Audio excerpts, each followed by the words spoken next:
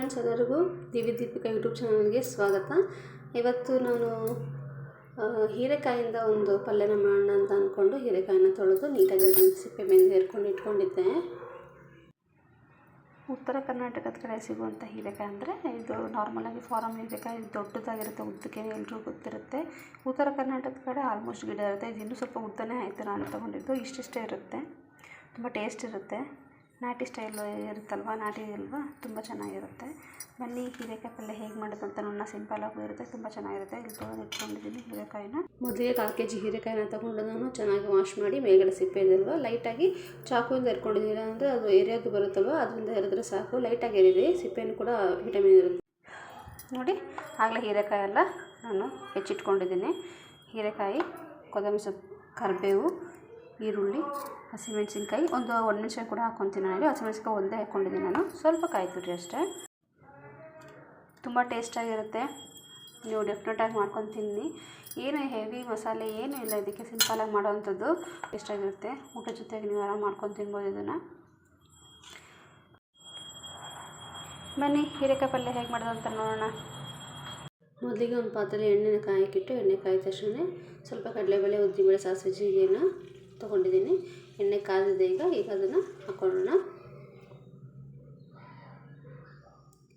ಸ್ವಲ್ಪ ಚೆನ್ನಾಗಿ ಚಟಪಟ ಅಂತ ಸಿಡಿಲಿ. ನೆಕ್ಸ್ಟು ಕರಿಬೇವನ್ನ ಹಾಕ್ಕೊಳ್ಳೋಣ. ಕರಿಬೇವು ಕೂಡ ಆಗಿದೆ. ಈಗ ಹಸಿಮೆಣಸಿನ್ಕಾಯಿ ಮತ್ತು ಒಂದು ಮೆಣಸಿನ್ಕಾಯಿ ತೊಗೊತೀನಿ ಅಂದಲ್ಲ, ಅದನ್ನು ಹಾಕ್ಕೊಳ್ಳೋಣ. ಹಾಗೆ ಸ್ವಲ್ಪ ಚೆನ್ನಾಗಿ ಮಿಕ್ಸ್ ಮಾಡ್ಕೊಳ್ಳೋಣ.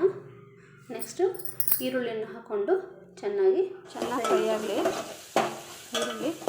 ಯಾವಾಗಲೂ ಈರುಳ್ಳಿ ಚೆಂದ ಫ್ರೈ ಆಗಬೇಕು, ಆವಾಗಲೇ ಪಲ್ಯಕ್ಕೆ ಒಂದು ಟೇಸ್ಟು. ಹೀರೆಕಾಯಿ ಬೇಯಕ್ಕೆ ತುಂಬ ಟೈಮ್ ಹಿಡಿಯಲ್ಲ, ಯಾಕಂದರೆ ನಾವು ದಪ್ಪ ಸಿಪ್ಪೆನೂ ಹಾಕಿರಲ್ವ, ಮೇಲ್ಗಡೆ ಸಿಪ್ಪೆನೂ ಲೈಟಾಗಿ ಹೆರೆದಿರ್ತೀವಿ. ಹಾಗಾಗಿ ಅದೇನು ನಮಗೆ ಟೈಮ್ ತೊಗೊಳಲ್ಲ, ಬೇಗ ಬೆಂದ್ಬಿಡುತ್ತೆ ಹೀರೆಕಾಯಿ. ಹಾಗಾಗಿ ಫಸ್ಟ್ ಈರುಳ್ಳಿನೇ ಚೆನ್ನಾಗಿ ಗೋಲ್ಡನ್ ಬ್ರೌನ್ ಬರುವಾಗ ಫ್ರೈ ಮಾಡ್ಕೊಬೇಕು. ಒಂದು ಟೈಮ್ ಊಟಕ್ಕೆ ನೆಂಚ್ಕೊಳ್ಳೋಕೆ ತುಂಬ ಚೆನ್ನಾಗಿರುತ್ತೆ. ಚಪಾತಿಗಾಗಲಿ ರೊಟ್ಟಿಗಾಗಲಿ ಮಾಡ್ಕೊತೀನಿ ನೋಡಿ.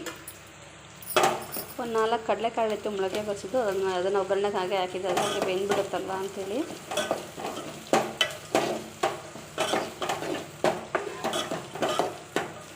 ಈಗ ಇನ್ನೊಂದು 2 ನಿಮಿಷ ಬೇಯಲಿ. ಅರಿಶಿನ ಪುಡಿ ಹಾಕೊಳ್ಳೋಣ.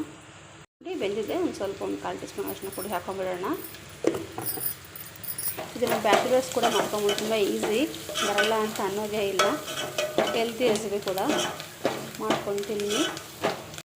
ಈಗ ಹೀರೆಕಾಯಿನ ಹಾಕೊಳ್ಳೋಣ. ಅದು ಹೀರೆಕಾಯಿ ಹಾಕಿದ್ದೀನಿ.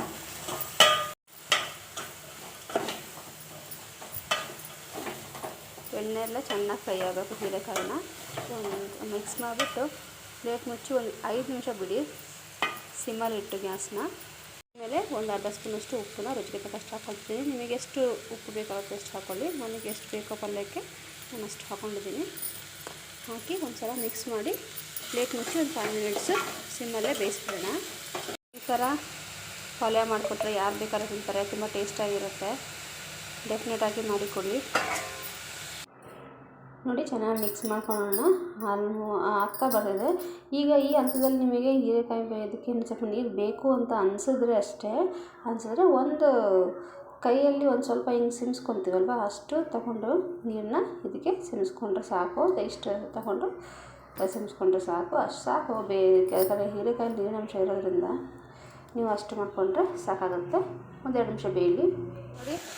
ನಮ್ಮ ಪಲ್ಯ ಆಗಿದೆ, ಆಗಲೇ ತುಂಬ ಸ್ಮೆಲ್ ಗಮ್ ಅಂತಿದೆ. ಇವಾಗ ಕೊತ್ತಂಬರಿ ಸೊಪ್ಪು ಹಾಕೊಂಡ್ಬಿಡೋಣ. ಒಂದ್ಸಲ ಮಿಕ್ಸ್ ಮಾಡ್ಕೊಳ್ಳಿ. ಅಷ್ಟರಲ್ಲಿ ಕಾಯಿ ತುರಿ ಬೇಕನ್ಸರೆ ಹಾಕ್ಕೊಳ್ಳಿ, ಬೇಡ ಅನ್ಸರೆ ಬಿಟ್ಟರೆ ಅದು ನಿಮ್ಮ ಇಷ್ಟ. ನಾನು ಸ್ವಲ್ಪ ಹಾಕ್ತೀನಿ, ಟೇಸ್ಟಾಗಿರುತ್ತೆ ಅಂತ ಅಷ್ಟೇ ನೋಡಿ. ತುಂಬ ಚೆನ್ನಾಗಿದೆ, ಟೇಸ್ಟ್ ಕೂಡ ಅಷ್ಟೇ ಚೆನ್ನಾಗಿರುತ್ತೆ. ಡೆಫಿನೆಟಾಗಿ ಒಂದು ಸಲ ಮಾಡ್ಕೊತೀನಿ, ಟ್ರೈ ಮಾಡಿ. ಹೇಗೆ ಬಂತು ಅಂತ ಒಂದು ಸಲ ಹೇಳಿ. ಹೀರೆಕಾಯಲ್ಲಿ ವೆರೈಟಿಗಳಲ್ಲಿ ಮಾಡ್ಬೋದು. ನಾನು ಮುಂದಿನ ದಿನಗಳಲ್ಲಿ ಒಂದೊಂದಾಗಿ ತೋರಿಸ್ತೀನಿ. ಈಗ ಆಗಿದೆ ಪಲ್ಯ, ಗ್ಯಾಸ್ ಆಫ್ ಮಾಡ್ಕೊಂಬಿಡೋಣ ನೋಡಿ. ಹೀರೆಕಾಯಿ ಪಲ್ಯ ರೆಡಿಯಾಗಿದೆ. ರೊಟ್ಟಿ ಜೊತೆಗೆ, ಚಪಾತಿ ಜೊತೆಗೆ, ಹಾಗೆ ಅನ್ನ ಸಾಂಬಾರು ಜೊತೆಗೆ ತುಂಬ ಚೆನ್ನಾಗಿರುತ್ತೆ ಪಲ್ಯ. ಡೆಫಿನೆಟಾಗಿ ಟ್ರೈ ಮಾಡಿ. ಹೇಗಾಯಿತು ಅನ್ನೋದನ್ನು ಕಮೆಂಟ್ ಮಾಡಿ ಹೇಳಿ ನನಗೆ.